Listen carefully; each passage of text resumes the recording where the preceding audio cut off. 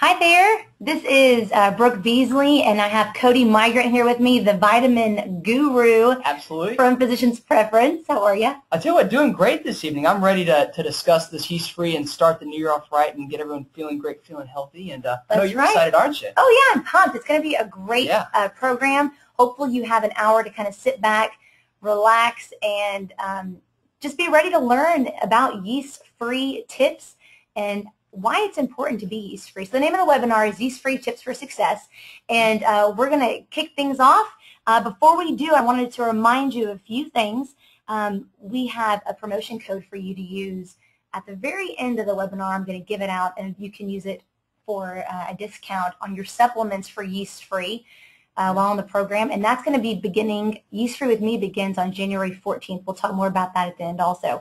And we'll be taking questions at the end. So if you have some thoughts while we're speaking, jot them down real quick so you don't forget. And at the very end of the webinar, to your right-hand side of the screen, you'll see a chat box. You can enter your questions there. So let's go ahead and get started. We'll kick it off by talking about yeast in general. What is yeast, and why is yeast overgrowth so harmful for our bodies, Cody? No, most people don't realize that yeast is in a lot of things we eat on a daily basis, and most people don't think it's bad. I mean, most people think it's really important to baking and doing a lot of things. So it comes across as something that isn't bad, that most people just tend to eat on a daily basis. On top of that, nutritional yeast is something that vegetarians typically use all the time. The problem is when yeast overgrows in the gut, it not only messes with the good bacteria, but it's difficult to get rid of. It's really resilient once it's in the gut. But yeast itself is a fungus, believe it or not.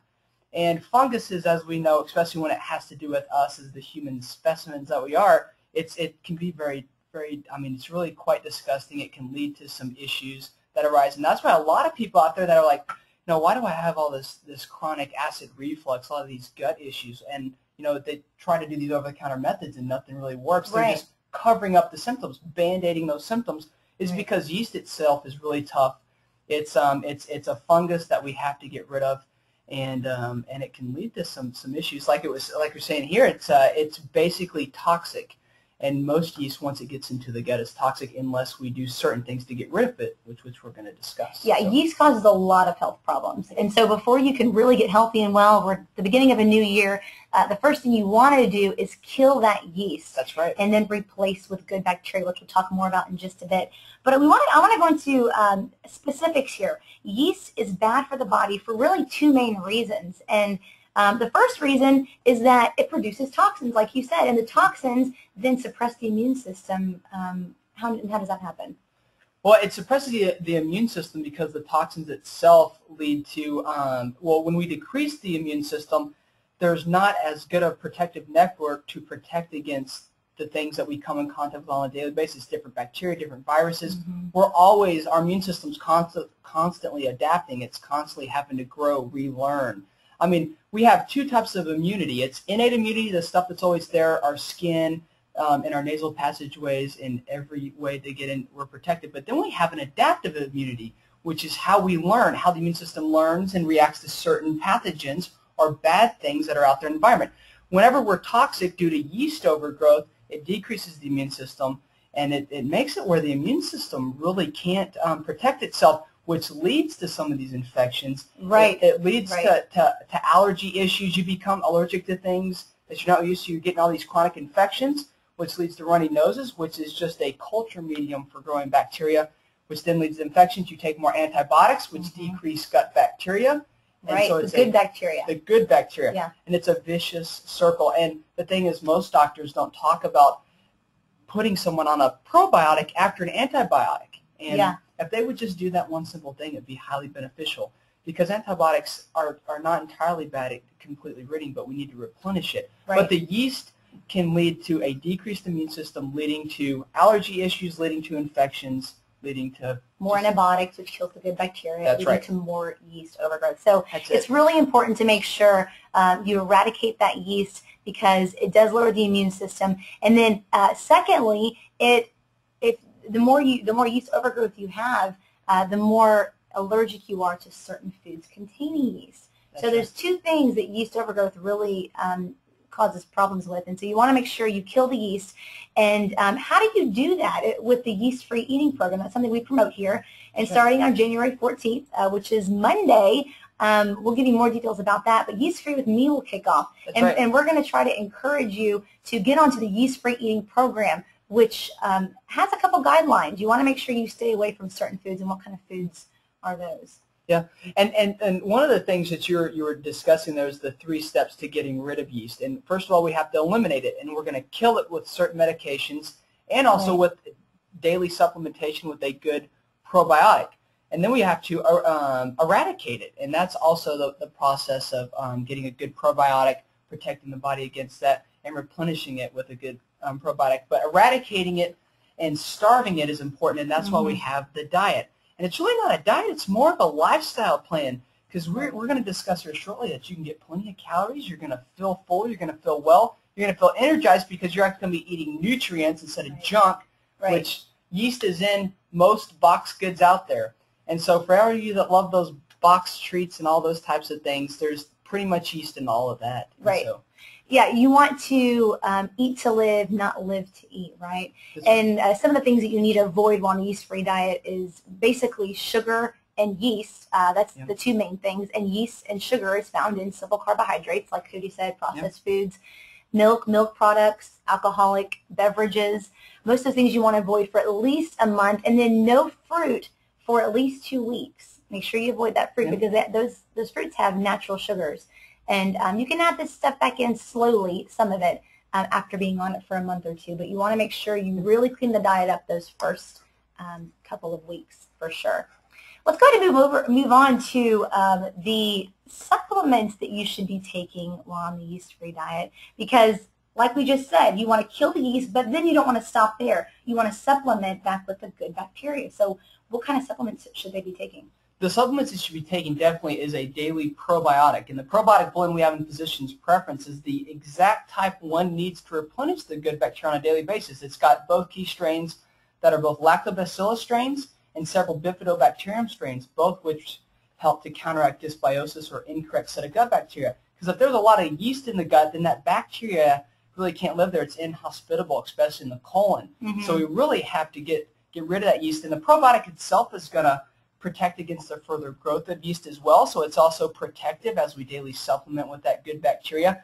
And it's good to take a probiotic that's in the capsule form because especially the probiotic blend, there's no dairy, there's no sugars, there's no fillers, nothing like that. Because when you eat yogurt and you're thinking you're getting probiotics from the yogurt, the probiotics or the bacteria in yogurt would much prefer the sugar in the yogurt than your gut. And so that's one of the main reasons why we need to take a daily supplement.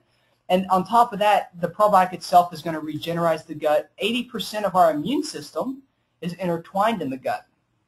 And so, like we were saying, if we can get rid of that yeast, replenish it, it's going to strengthen the immune system, which is really, really important. That trickles in with not only diseases that could arise, but also helps with energy level. Right. And on top of that, most of the serotonin we produce is actually in the gut, not in the brain. That's why there's a huge brain-gut connection. That's why people that have been on the yeast-free diet for 2 to 3 months and have really done well with it, they feel incredibly well. They've got their memory back. Their brains are fired up because of that brain-gut connection, because of mental clarity comes back due to getting rid and protecting the gut. Right. And so then from there, with the probiotic, we have to then kill it. And killing it, for those of you that are not guests, we recommend the Natural Yeast Cleanse. And the Natural Yeast Cleanse is a great daily supplement to eradicate yeast, to get rid of yeast. And it's got 4 key components. That, first of all, is caprylic acid. And caprylic acid, you're like, well, what is that? It's actually one of the main acids found in coconut oil. And coconut oil we'll discuss here shortly as well. But caprylic acid is an antifungal acid that cleans out the gut. There you go. And that's why you can actually put it topically to help with skin irritations and things like that as well, even sunburn with coconut oil. And that's why caprylic acid is good. It's got pau d'arco, which is an antifungal herb that they like to use in South American countries as well. All natural. All natural. Yeah. It's just an herb, meaning, and when you think of herbs, think of it as food. Herbs are food. The body uses it as food. Herbs have certain chemical compounds that the body reacts to in the correct way, and it's really beneficial to use that as a whole food source. And then on top of And then we have the NutriTabs as well. Because if we bring on the probiotic, we start to kill it with the natural yeast cleanse or nystatin, and those are for you that have can get prescription from the pharmacy, the nystatin.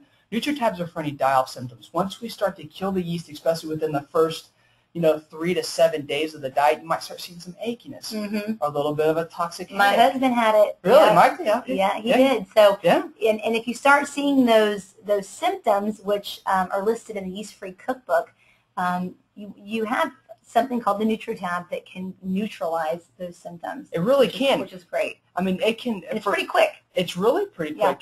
Sodium bicarbonate, it'll really help reverse some of those issues, and it's completely easy and effective. So yeah. So okay, besides the NutriTabs, there's also something with coconut oil and lemon juice that I hear can help neutralize those symptoms. There is, and the last time I did the yeast-free diet, I actually used this technique. But you take about a fourth cup of coconut oil, and you warm it up a little bit to make sure it's liquidy and it's in its liquid state, and then you add about another fourth cup to maybe about 1/8 of a cup of lemon juice, and you mix that together, mix it real well, swirl it around, and then swig it down really fast. It sounds a bit odd, I'm telling you right now, but there's been people that have done this that see lots of yeast and yucky stuff come out in the stool, which is really pretty cool, because that's one of the ways we tell is you need to look and see what's coming out. But like I said, coconut oil has caprylic and lauric acid, which are both antifungal agents that clean the gut out. And then you want to know what one of the most alkaline substances one can consume from a whole food source. That's lemon. Lemon is incredibly alkaline, so it actually resets the gut, especially intestines, especially in colon. And lemon's incredibly antibacterial, helps to clean it all out. So those two together are really effective at really cleaning the gut up. And, there you go. And can decrease some of those symptoms, coat the inside of the gut, and really help the gut flourish and clean out this nasty yeast. That's right. And that's what we want to get rid of. That's right. One of the main questions that we hear a lot is sugar. Is sugar okay while on the yeast-free diet? No. And the question we have here is sugar the enemy?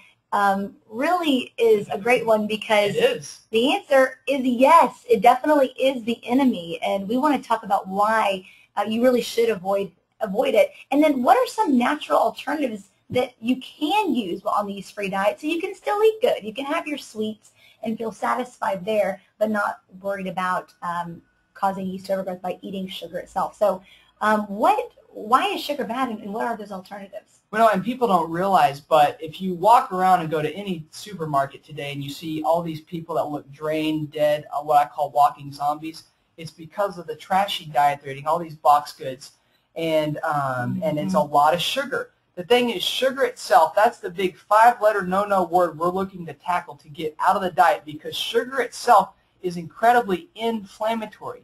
So if you're out there, you're wondering, why do I have some of these muscle pains? Why am I always having chronic headaches? Why am I always sick? Well, look how much sugar you intake. If you intake a lot of sugar, just like yeast, decreases the effectiveness of the immune system. And so sugar itself is incredibly inflammatory. That's why those that get on the yeast-free diet decrease their sugar. They feel great because there's nothing to cause that inflammation. Nothing bogging them down. That's right. Yeah. And the thing with sugar, too, is what does yeast love to eat? Right. And that is sugar. It's on sugar. That's right. And for all of you out there, you're going, well, hold on. I don't like sweets. I don't eat a lot of sweets. I like, chips, and I like crackers and stuff like that. Well, believe it or not, whenever you consume anything in those boxes, it's got flour. When that flour hits the gut, it's instantly converted to sugar because it is a mono or a disaccharide or a simple carbohydrate. So it's essentially turned to sugar, and a lot of times it's even turning to sugar in the mouth before it even hits the gut. Right. So by the time it hits the system, it's ready to go full-fledged, hit the bloodstream. And there's a term now, it's called glycation, and it's essentially meaning that the inside of the arteries in the heart is being encased in sugar. The cells are being coated in sugar. That's why A1C levels are checked in diabetics, because that shows that there's sugar being attached to cells. So people today are basically candy coating their hearts by eating the amount of sugar, which leads to a lot of these issues and leads to that inflammation. But we need to decrease the sugar, first of all, because it's gonna really make you feel better, decrease that inflammation. But sugar is the primary fuel source to yeast, and that's essentially what we're doing with the yeast-free program. Is we're decreasing sugar to prevent the further growth of yeast, because if there's nothing for the yeast to eat, then it dies off. Wither away and die. There we go. That's right. Simple as that. Well, so there are some natural alternatives and some appropriate alternatives for sugar while on the yeast-free diet. And one of them is Sweet Natural. You guys carry that in Physician's Preference, right? That's right. And Sweet Natural is the ultimate sweetener. Now, and Sweet Natural itself is what's called erythritol, and it's very similar to xylitol. Xylitol, erythritol are very similar in chemical nature. They are both sugar alcohols that are derived from berries. They're derived from the birchwood tree, so they're incredibly safe, incredibly natural, and they're incredibly easy on the gut as opposed to maltitol, sorbitol, some of those others you see in gums and other sugar-free products. But erythritol, xylitol is incredibly safe. That's what we have in the shop, and that's what's Sweet Natural. The great thing about erythritol or the Sweet Natural is the fact that it's in a 1-to-1 ratio with sugar. So it doesn't require a complex mathematical equation that would require an Aggie like myself, but it's very easy to use. So if a recipe calls for a cup of sugar, you use a cup of Sweet Natural. So it's very easy to use. It tastes great. I know that whenever I started the diet with my wife, we did the peanut butter cookies that first week. Yeah. That was her breakfast cookie. And believe it or not, that cookie is yeast-free, gluten-free, sugar-free, They're dairy-free. delicious. Exactly. You know, there's a chocolate cake that you can make with black beans, believe it or not. Sweet and natural, black beans, and it's a wonderful, wonderful cake. For all of you chocoholics like me, it's a great alternative, and that's in the cookbook as well. It is. It's in there, and it's on the blog. And if you make it right, it tastes like a ding-dong. Yeah, I know. It tastes devilish, and you feel like you shouldn't be eating it, but it's a-okay on the yeast-free diet. It's a black bean chocolate cake. So xylitol is the perfect option on the yeast-free diet. Stevia, trivia. What do you Stevia is incredibly great. And believe it or not, stevia in the glyceride form, we need to be mindful. You need to check the labels to make sure there's no sucrose or there's no maltodextrin, because those are actually sugar components which can feed yeast. Maltodextrin is a component that can actually cause excitotoxicity of the brain, meaning overexcite the brain cells, which is potentially bad. So make sure the stevia has a little bit of grain alcohol to protect it, and make sure it's got filtered water and stevia on its own. But stevia is about 200 times sweeter than sugar, so it's incredibly sweet. I myself really like stevia. A little bit goes a long way. It's great in coffee, tea. You can bake with it still. But the cool thing is if you get the powdered versions, again, check the label for sucrose and maltodextrin. Make sure none of that's in the label. But the powdered version actually contains fiber. Stevia is an herb. Simple as that. But it being an herb, it's got a fiber component. Not only does it taste great, but it's got a fiber component. And it's got a little bit of that twang, but you just have to play with it yourself. But stevia is incredibly good. It does not feed yeast, just like erythritol, xylitol. None of those feed yeast, and none of those affect blood sugar. So they're also great for diabetics and those of us that need to watch our sugar, which, as we discussed, all of us need to watch our sugar intake. I cannot stress that enough. The last one's Truvia, which you can get at most shops. Believe it or not, Truvia is completely fine. It's a mixture of erythritol and stevia. Okay. Truvia is great. Okay, good. So if you can't get in touch with our stuff to make sure you have the best, Truvia is a good substitute. You're perfectly fine to bake with that. Use that all day long to keep that sweet tooth happy. But the good thing is if you can decrease some of that sugar initially, after a while you may not have that sweet tooth anymore. That's so true. Yep. That's so true. I noticed that while on the diet. But if anyone... I shouldn't say diet, eating program. I noticed that also. Yep. That once I starved the yeast, my sugar cravings diminished. So, right. Yeah. Because there's nothing to crave it. And if there's nothing to crave it, it decreases the brain wanting it. It actually inhibits some of those wants and everything. But if anyone, any of your friends out there go, oh, I'm going to do this diet, but sucrose or fructose is okay or anything like that, you need to spank them on the rear end and say, none of that's good. Nope. Get rid of it. Right. Well, we're going to move on to talking about exercise while on the yeast-free eating program. Absolutely. And can you do it? How much of it should you do? Is it something you should do on a regular basis? And what kind of exercise? I mean, is it the strength training, cardio? What do you suggest? Well, just like should one put on a shirt before they go to work every day? Yes. Just like one should exercise on a daily basis for the most part. But I would say initially on the yeast-free diet, if this is something that's new to you and you're one that does like to exercise, the yeast-free diet or the yeast-free program, as we're starting to kill the yeast, is kind of a detox even. So initially, I don't want you to go out and run hard for an hour. What I'm going to recommend for the first 2 to 3 weeks is to do some slight walking, get out and walk to really kind of get the heart going, put a little bit of stress on all the joints, which is really good to stay healthy and to adapt to our natural surroundings, because we want to filter those toxins out. And when we get the heart pumping, that's going to help filter all that. But I want to keep it more at a low to moderate pace, because if you get too excited and exercise too hard at the beginning, you could actually increase those die-off symptoms, which I do not want. So initially, if you want to do some walking, get out with your spouse, get out with a friend, and do some talking, develop some fellowship while you're, getting started on the Yeast-Free diet, I think that would be incredibly good. But as you start to feel better, that's when I'd start incorporating some of that, some of the more weightlifting. Do some calisthenics, some push-ups, some sit-ups, some squats with your hands behind your back, hands behind your head, keeping your back flat to maintain proper posture. But initially, I'd say 2 to 3 times for the first couple of weeks. Okay. Keep it mild to moderate on the walking, and just keep your body, get a little bit of a sweat, because it's going to help you detox. And then as you get going and you start to feel better, really take advantage of that and get things moving. And initially, like I say, keep it to walking, then you can move into the more moderate to higher intensities. So strength training and cardio is good, but probably after the first week or two, or at least until those die-off symptoms are. That's right. I would say once you start to add in fruit, then I would start to add in some heavier, some weights and some heavier exercise. Yeah. Okay, great. Another frequent question that I know you guys get asked a lot, and we get asked a lot in the center, is about carbs. Yes. And really just how you're supposed to stay full, how you're supposed to feel like you've eaten enough on a yeast-free diet, because a lot of people say, well, I'm eating a lot of greens and vegetables, that's just not filling. Well, don't forget that you're allowed to eat meat, lean meat, so that does help. But what do you have to say about ways to stay full?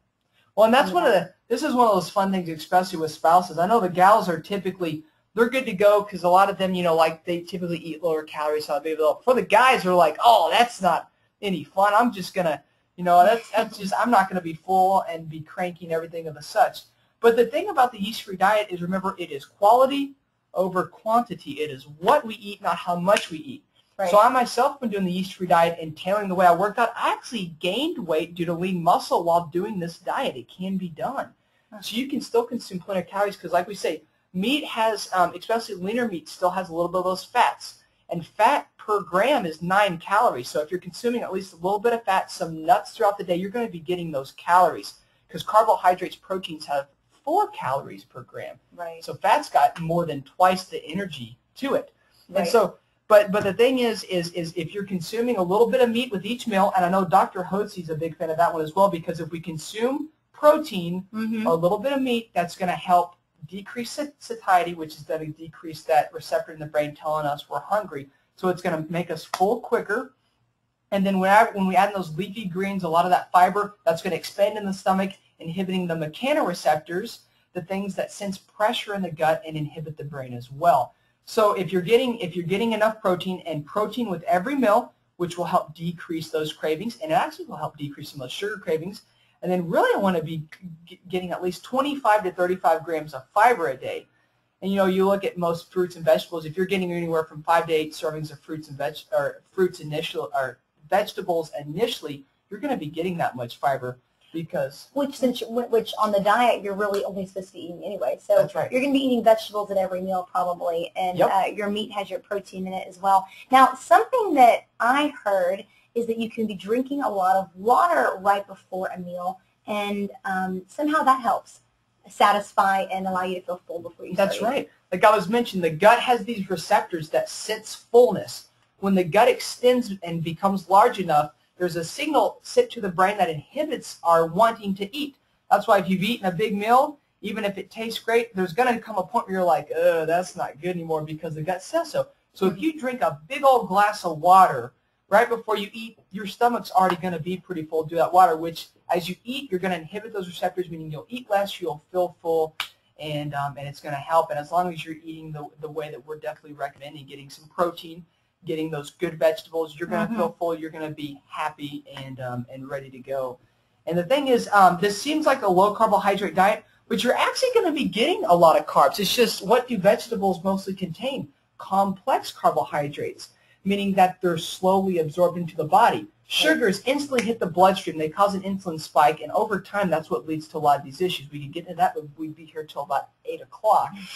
And so we won't do that. For another We'll set for another day. But complex carbohydrates, first of all, have a lot of fiber. They're slowly absorbed into the body, keeping insulin levels low.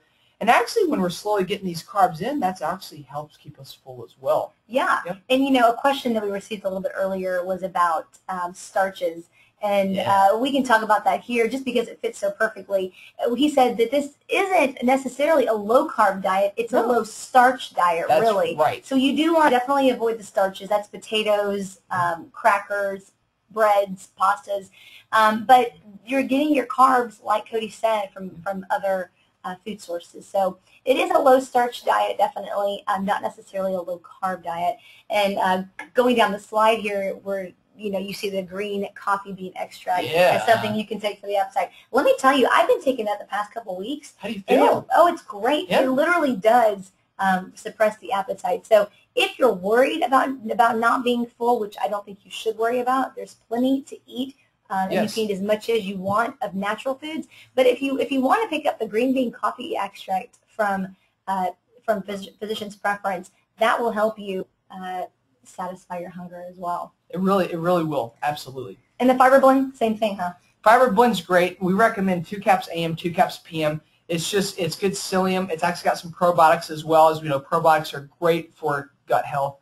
And so it's going to help keep you full. The green coffee bean actually slows the absorption of sugar into the body. So for those of you that are still down the road going to eat sugar or still want to slow that absorption to really help with weight loss, because what happens if we slow carbohydrates getting into the body? It slows down the secretion of insulin, keeps insulin low. If we keep insulin levels lower, it slows the deposition of fat in those unwanted areas. Yeah. Because most of us, when we're doing the diet, we want to get our gut health back, but a lot of us are also looking to obtain and maintain that optimal ideal body weight to get to that goal weight we have. And that's one thing to consider. Every one of you out there that is looking to lose weight, look at yourself. Set a good, moderate goal. Write that goal down. Write that number down you want to get after, a month to 3 months, however long you're going to do the program. We recommend 3 months. Right. Write that goal down, and when you write it down, what is it? What's the percentage?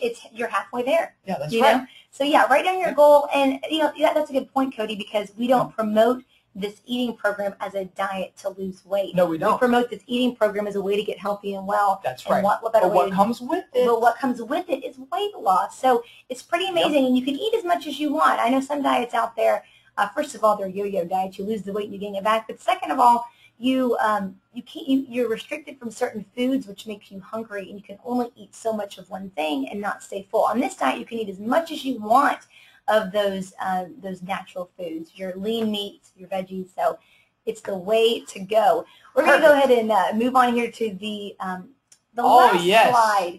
And it's, I hear you ooh and on over there because it's a common question that we're frequently asked. This is big. Well, we're going to start with the gluten-free portion because I think this will be easier to explain. But gluten-free is anything that does not have the protein component gluten.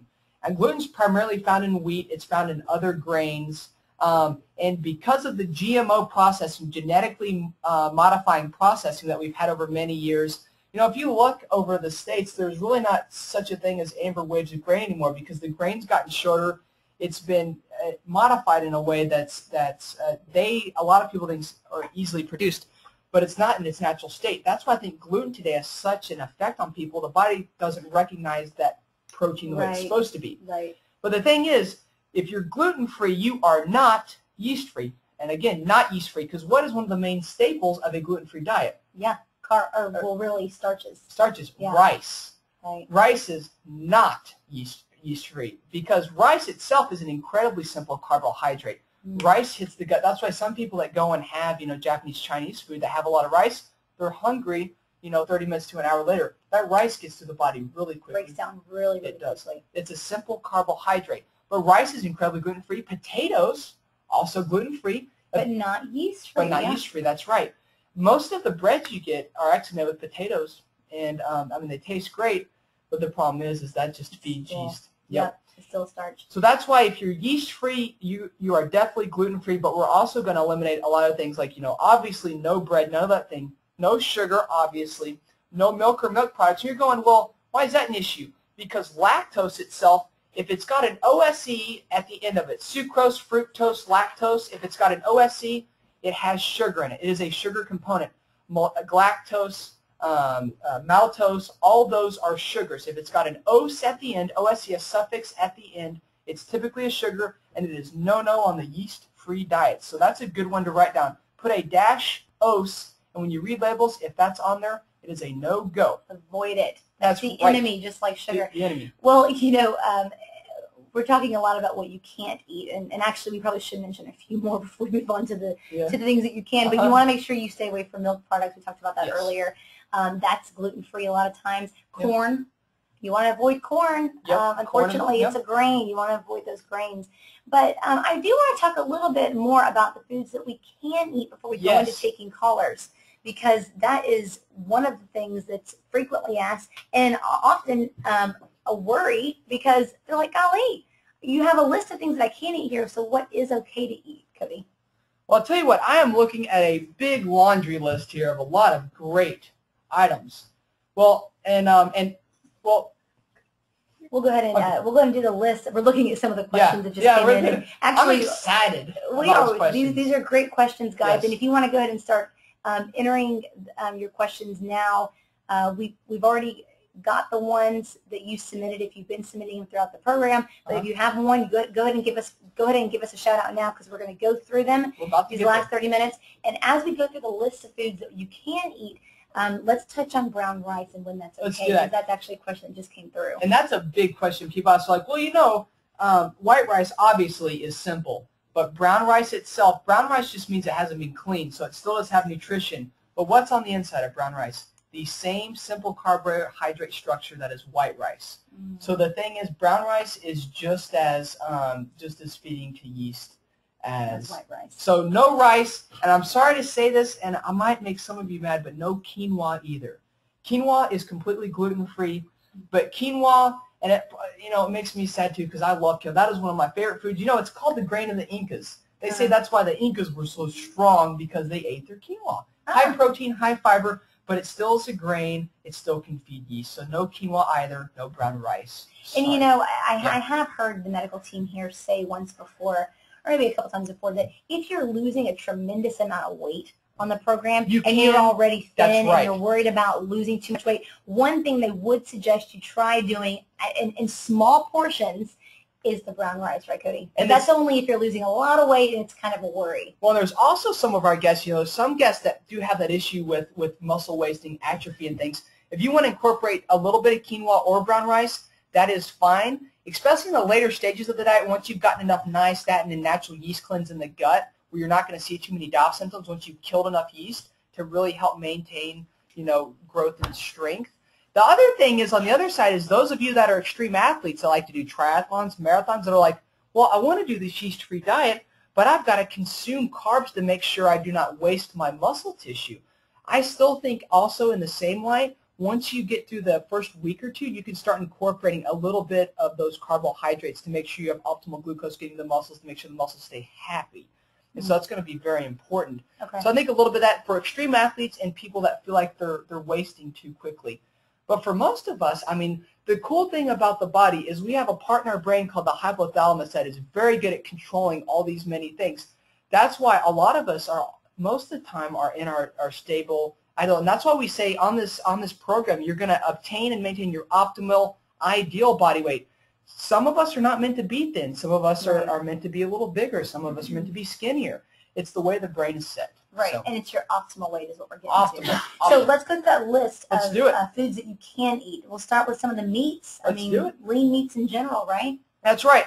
And believe it or not, there are some. There's chicken breast, which is a pretty big staple on the diet. Chicken breast is lean. It's really good. Another thing is eggs. Eggs are completely fine. That is protein. A breakfast staple. They taste great. I love Cholula, or a little Tabasco on my eggs. They're lovely that way. They're filling. You know, you can also, you know what I've been doing when on the yeast-free diet? And you can also do a little bit of a stir fry with coconut oil and vegetables, and then that's a great breakfast. Lean, low-fat beef, and you can find some good beefs. You can actually grill out a hamburger, lean hamburger meat, have a chopped steak. That's it's delicious. Rockin' and solid. It's really tasty. Turkey breast is great. Veal, which is baby calf, which some of you might not like that, but it's still fine. Seafood's good. Seafood is incredibly good. Eat as much seafood as you want. Eat till your heart's content on seafood, because what does seafood contain? It contains omega-3 fatty acids. What are omega-3s? Omega-3s are one of the most efficient, important oils seen in Americans today. That's one of the reasons, along with over sugar consumption, we have so much inflammation. Omega-3s are actually a great anti-inflammatory. So for those that eat a lot of salmon, eat a lot of fish, you typically have your joints feel great, you've got great cardiovascular health, and your brain is really enhanced because of those omega-3s. Right. Well, and I want to get some of the vegetables, but golly, there's such a big list of vegetables that you can eat. Then we'll probably we'll save that for you to look through, because we want to make sure we get through some of your questions. And you can buy the Yeast-Free cookbook on Physician's Preference website. And in fact, if you join Yeast-Free with me starting on Monday, you'll get one for free. So I would suggest you sign up for that. And make sure you do that before Monday, because that's when it kicks off. But there's a long list of vegetables that you can eat.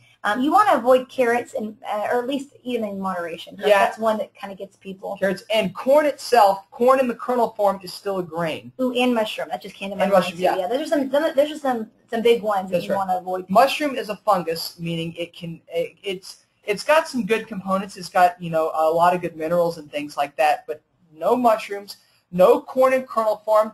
If I catch you eating any of that, you're going to get an earful from me. And then carrots itself, carrots is actually pretty starchy. Carrots high in sugar. Next time you go and buy a container, like if you go to Whole Foods and get freshly squeezed carrot juice, why does it taste so stinking good? Yeah. Because it's sweet. It's got a lot of sugar. It's still beneficial. It's still got fiber, but it's really sweet. So moderate your carrots. I would put carrots in there with the fruit. So you can start doing a little bit of carrots after the first 2 weeks, maybe even after a month. Okay. And no kernel corn, no mushrooms. Yeah, no, right. Some of the good fats that you want to be eating a lot of are, your avocados, your coconut oil. Yeah, I need to discuss that. Awesome to cook with. Go ahead. This coconut oil we definitely need to discuss. And a lot of people out there going, well, I use my olive oil. I cook with my olive oil. The thing with olive oil is when you cook with olive oil at the medium heat range, which is typically where we cook it, olive oil breaks down and becomes toxic. So essentially you're putting rancid oil into the body, which is not real conducive to good health, especially in the gut. Coconut oil is incredibly cool to the fact that it doesn't break down when we put it to medium heat. It's incredibly safe, incredibly good to consume even after we cook with it.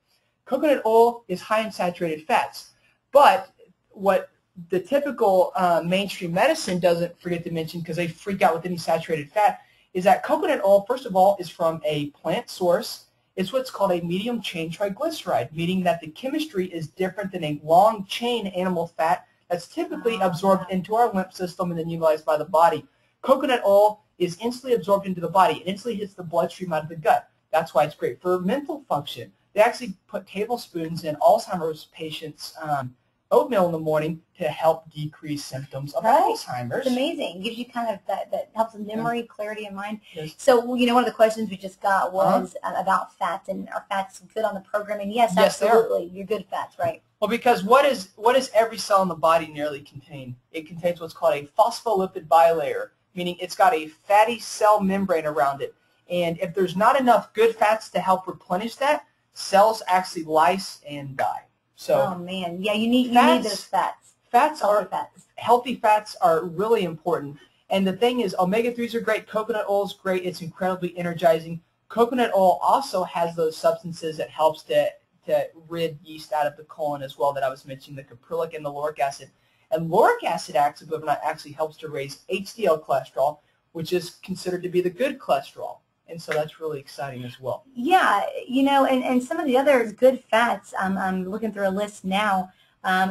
You can easily forget about your butters, your nut butters. Those are so delicious for snacks on the yeast-free diet, and you want to make sure you pick up some almond butter.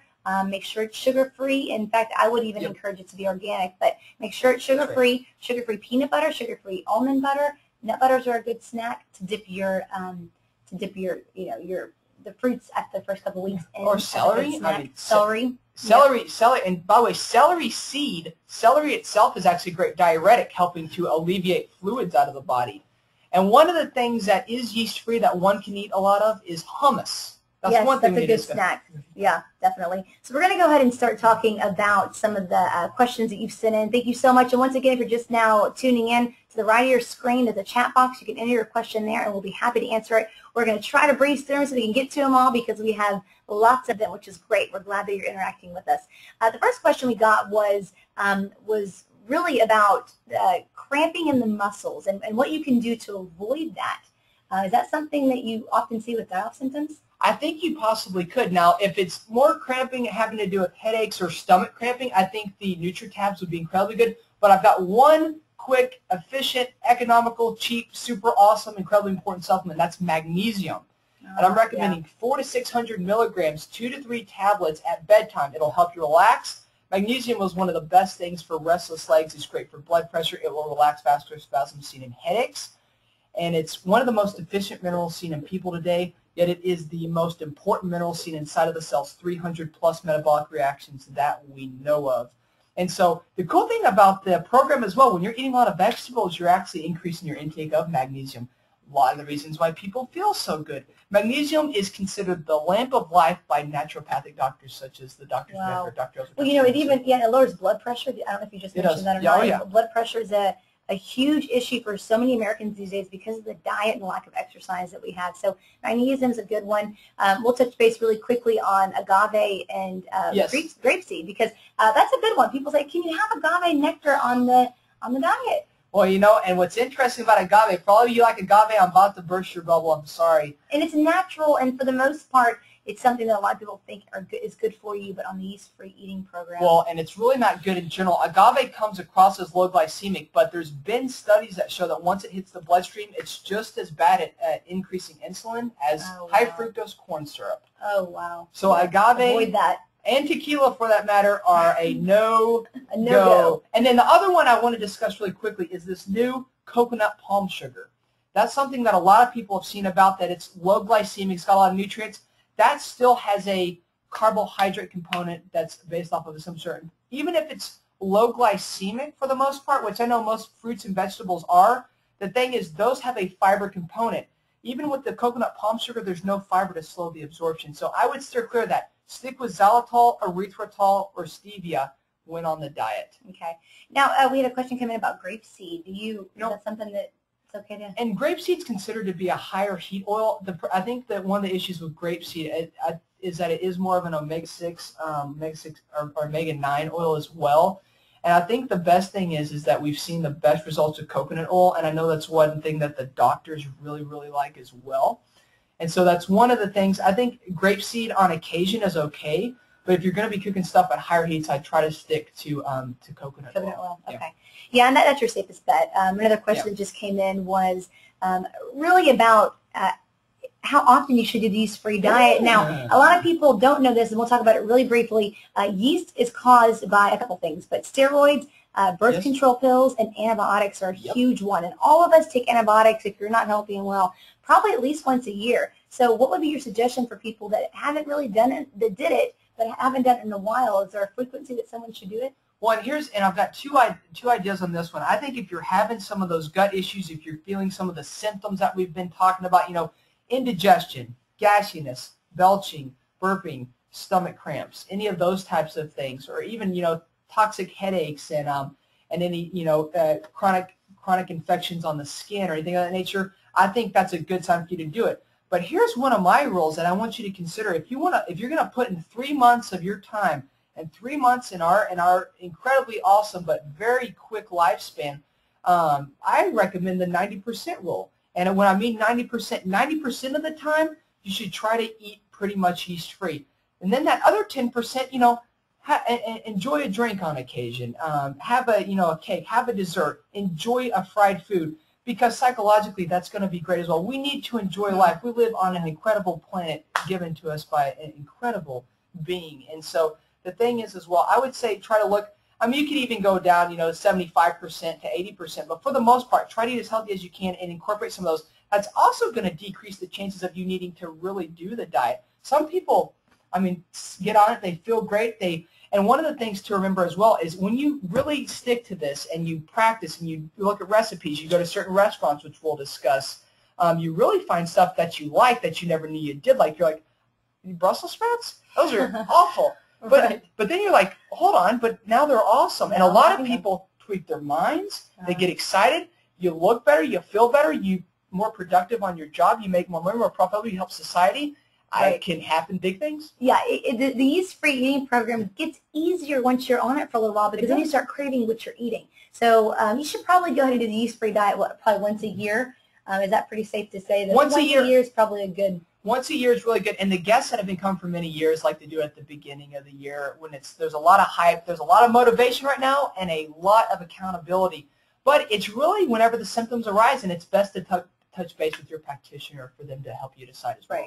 Right. Okay. So, symptomology, very important. Yeah, and a good question just came in that I think we definitely should touch base on is the fact that a lot of vegetarians are afraid of this diet because, like you said, a main staple for them are those starchy foods. So what suggestions would you give to them? Well, and the thing is as well, the two main staples of protein for a vegetarian or a vegan are wheat gluten. It's in all those veggie patties and all things of the such.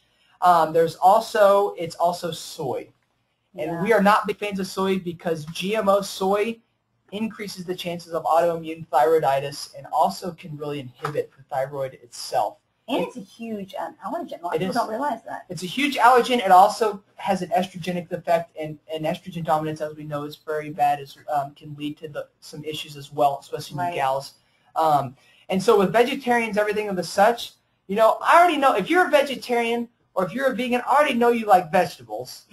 And so it's in the name. So you just need to eat till you're to your happy heart's content. And remember that for those of you that are lacto-ovo or just ovo vegetarians or pesco vegetarians, you can still eat fish, you can still eat eggs. But for the vegans, you can still consume nut butters. You can still consume some of those things. Beans, legumes. Beans are incredibly good. Yeah. And that's really the main difference between the Paleolithic diet or the paleo diet is beans are allowed with our program. The paleo diet, they really don't do much on beans. I'm going to throw this out there for those vegans and vegetarians listening. I just ran across an amazing recipe earlier today, actually. Get yourself some chickpeas, some coconut oil, melt that down, put it on top, get some natural seasonings, cut up some green onions and some cilantro, mix it all together. That will be heaven in your mouth. It's like it's a Mexican, side dish. You can make it a meal. It's really, really, really yummy. You could even squirt some lemon juice in there. But you definitely want to always be eating as many vegetables as you can, really. Well, and I see with the beans, I have a question that aren't beans a starch. Well, yes, but they are it's a complex starch. If you look at the chemistry of what a bean is, it's a long chain starch. So it's actually much slower. It gets much slower into the body. If you look at the most labels on beans, they're incredibly high in not only protein, but incredibly high in fiber. It is a starch, but it is a more complex starch. The chemistry is much bigger, and it's much slower absorbed into the body as opposed to potatoes and rice and some of those starches. Because I know that is a big question that does come up with beans. But beans also have a protein component, and whenever protein is added to something, that also slows the absorption and helps decrease chances of an insulin spike, which is really one of the key things we're looking at as well. Yeah, some of these questions are great, guys. They are. They're great. And a big one that I think we should address is when you start the nystatin and the probiotic when on the yeast-free eating program. And the nystatin, I want to clear up really quickly, is not something you can get over the counter. It's prescription only. And it's really, really, really good to make sure you kill off the yeast. But there are some over-the-counter supplements that are good as well, like the probiotic. Is that right? Yeah, and here's what we're going to do. Whenever you start the diet, the day you start either the nystatin or the natural yeast cleanse, you're going to start the probiotic as well. And it's the probiotic, and here's the notes for this one. The probiotic will be 1 a day, say 1 with breakfast for 2 weeks, and then it will be 2 a day, 1 a.m., 1 p.m. for the remainder of the diet, however long you stay on it, whether it's a month and a half to 3 months. It'll be 2 a day for the remainder. Next, the natural yeast cleanse. The day you start the probiotic, you're going to start the natural yeast cleanse for those of you that can't do nystatin. The natural yeast cleanse will start off with 1 a.m., 1 p.m., so 2 a day with meals for 2 weeks. After that, we're going to go to 2 a.m., 2 p.m., and that's going to be for the remainder of the diet, however long you do that, so 4 a day for the rest of the time. And then the nystatin, for if you do that, now the pharmacist will also discuss it, but that one will start out at 3 a day, breakfast, lunch, and dinner for 2 weeks, and then move to 6 a day. And so that's the key with that. And I also see one, when it comes to really recommendation for kids, if kids want to do this, I mean, it's great. nothing excites me more and Dr. Hotz more than to see kids really tackling their health at a young age. That's so true, and I believe that so many of the issues, and our medical team, I think, would agree, so many issues with childhood obesity, ADHD, ADD, all of those things really can be brought to a minimum if the sugars are eliminated in these kids' diets. So Yeast-Free eliminates sugar, so that's a good place to start. That's right. Decrease their sugar and let kids run around. The American College of Sports Medicine recommends the highest amount of exercise to kids, believe it or not. But for kids, I recommend during the whole diet 1 probiotic a day, and if they're doing the natural yeast cleanse, which I would recommend the natural yeast cleanse, just 1 a.m., 1 p.m. for the entire diet. Keep the dosage lower because there's still you can still see some good die-off symptoms with that natural yeast cleanse. It's very good. But and in reference to that, someone was asking if you can take the nystatin and natural yeast cleanse together. No. And the thing is, if you're taking the nystatin is the ultimate nuclear weapon amongst getting rid of yeast. So you wouldn't really need the yeast cleanse. Okay. If you're taking nystatin, you do not need the actual yeast cleanse. The reason why the doctors wanted a natural yeast cleanse in physician's preference is some people are actually allergic to nystatin. And the doctors are going to be best to notice that. Most people are not. That's why some of our guests can't do nystatin. That's why I have the natural yeast cleanse. Right. And either way you go, you're going to be good. You know, talking about die-off symptoms, one of the questions was how often or really how long you should be taking that mixture that we talked about a little bit earlier. Besides the NutriTabs to kind of neutralize the symptoms, you could do coconut oil and lemon juice. And I guess the answer would probably be as often as you, or as long as you see the symptoms. If you're not as long as you feel bad. I know I've seen some people that have done it 7 days or done it a week. You can go 3 to 4 days. I would say a good way to start off is to try it for 3 days and see how you feel after 3 days. Because, you know, once you get through that 3rd day, that's when things really start to come your way. You start to feel better. Right. And again, that's it's going to be about a 4th cup of coconut oil. And like I said, I would warm it up a little bit so it's liquidy. And you'd be swirling that, and then you're going to get some freshly squeezed organic lemon juice. And one snippet real quick. Brooke brought this up earlier. But whenever we're buying vegetables and fruits and meats and stuff like that, try to get grass-fed, wild, you know, open-range meats, and try to get organic vegetables and fruits whenever possible. That's another key. If you can't, you understand. But, you know, a lot of times you can find some good deals at H-E-B and a lot of the big shops. Whole Foods really sure you can. Kroger has an ever-growing organic department now, too. But like I said, a 4th cup of that coconut oil, and then a good lemon or 2. Swirl that around.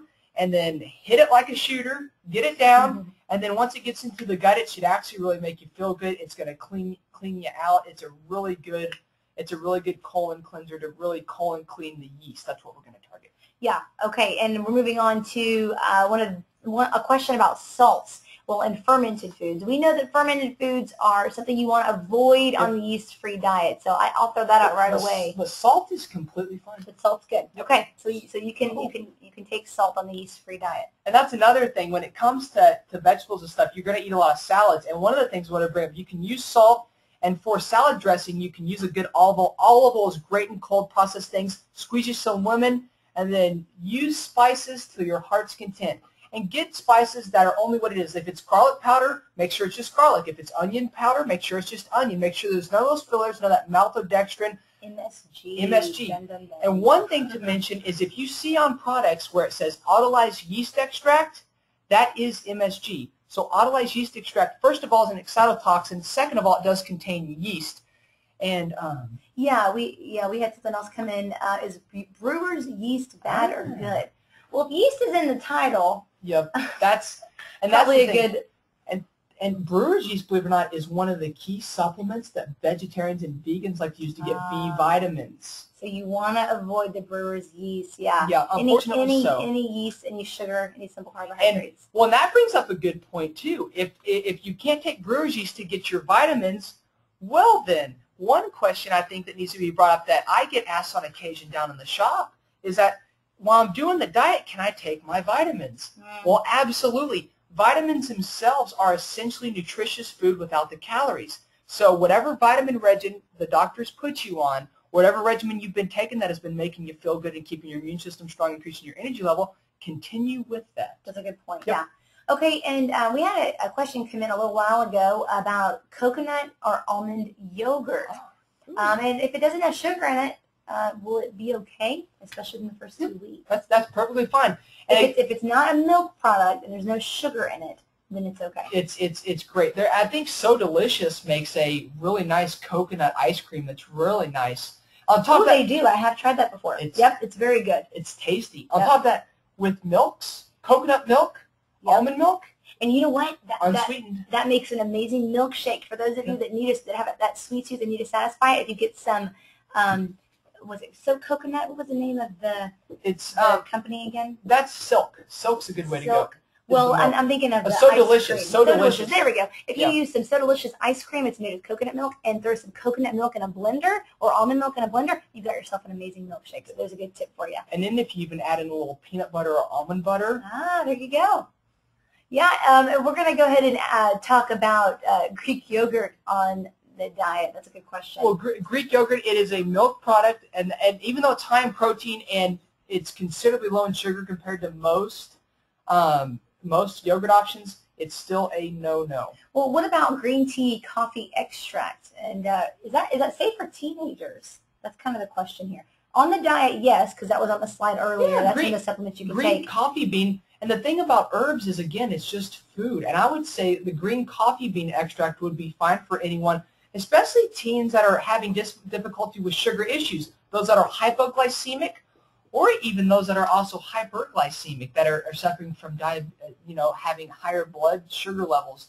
The green coffee bean is also energizing, and in the label it also says green tea. Now we also have a green tea extract that's also a great antioxidant and a great energizer. But if you do the green tea extract, the green tea, make sure you take it with food because it can have a nausea type effect if you take it on an empty stomach. Okay. But the green coffee bean, green coffee is taken before meals. Green tea extract, if you take that one, is taken with a meal. Okay. Well, one question that came in that is really important, I'm so glad someone asked this, is how long you should be on the yeast-free diet for. Is 1 month really enough time? If you're having those persistent gut issues, the belching, the burping, the gas, the acid reflux, any skin irritations, any so what seems like mental fog or toxic fog in the brain, I would say 1 month is not good enough. It's going to take a good 2 to 3 months of persistence every day, really good practice and everything as such. Okay. Okay. Well, we're wrapping this up. I do want to get to one question about where you can eat when you're on the go. That's a big. It is big. A lot of people are worried that, you know what, I'm on the go all the time. I don't have time to cook meals. Well, guess what? There's plenty of restaurants, fast food really, and sit-down restaurants that offer yeast-free meals. Now, you want to avoid, when I say fast food, I'm talking more like Chipotle, Jimmy John's. You mentioned those earlier in the radio program. I did, yeah. Those are great because Jimmy John's has the unwich, which is basically the sandwich without the bread. They wrap it in lettuce. It is stinking awesome. Yep. And make sure you order, if you go in and get a sandwich at Jimmy John's, make sure you get it without cheese. Right. If you do that, it's essentially yeast-free. MyFitFoods has ready-to-go meals on, ready for you that you just pop in your microwave, and they're natural, they're yeast-free. And, Lupe Tortillas has a whole yeast-free menu. So there's plenty of options, and actually all the options are listed in our yeast-free cookbook, which brings us to the close of our program. So, guys, if you've been listening and you're thinking, okay, I want to do it. I'm pumped now. I know what I can and cannot do, what I can and cannot eat. I want to be a part of this Yeast-Free with Me. It's basically a virtual event, and you can go to yeastfreewithme.com. It'll all be done through email, Cody. That's right. Tell them what it is. It's Yeast-Free with Me. Whenever you sign up for it, you're going to be getting 2 to 3 emails a week. We're not going to be emailing you every 5 minutes making sure, hey, did you weigh yourself, or did you do this, or did you do that? We're not going to do that. We're going to have 2 to 3 you're going to have 2 to 3 emails a week that are going to be motivational, that are going to keep with accountability, giving you tips, giving you other items to really help you be successful. And so we're not going to barrage you, just going to be really nice on a daily basis or on a couple-day basis to keep you strong and to keep you focused. Yeah, it's motivational, it's going to be encouraging material, and it's going to keep you updated on our wellness workshop that's coming up on January 31st. Yeah. So you want to make sure you sign up so you're in the know with that. That's going to be a complimentary event that you will actually come to the center for. Everything else will be done over email, and it begins January 14th. Yeast-Free with Me begins on January 14th, and if you sign up, you get the cookbook we've been talking about the whole time. It's free. So go to yeastfreewithme.com, sign up there, and here you go, guys. If you've been waiting for this code, it's webinar.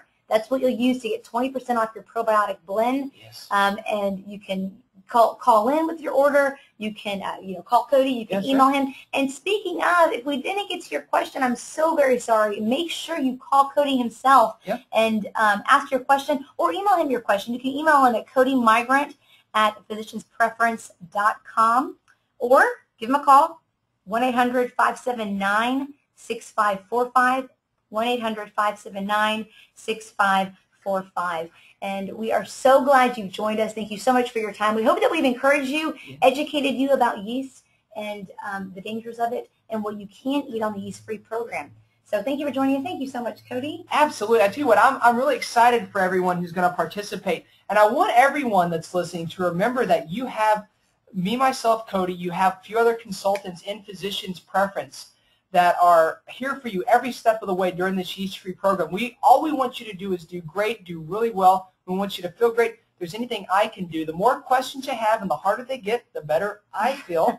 That feeds you, doesn't it? Oh, yeah, too. And that's really what I find passion and love for, is helping people obtain and maintain their optimal health. So, and even down the road, if you have a supplement question, please let me know, because I worked at a health food store for 8 years, so I know what's good, what's not. We can discuss things. If it's something we don't have, I really want to make sure you do well. Yeah, you can email me, cody.migrant@physicianspreference, or give me a call. It would be my absolute pleasure to discuss anything with any of you. So yeah, if I didn't get a question, like Brooke said, it would be my pleasure. But we thank you guys for everything. Thank you for your time, and I'd be praying for your country.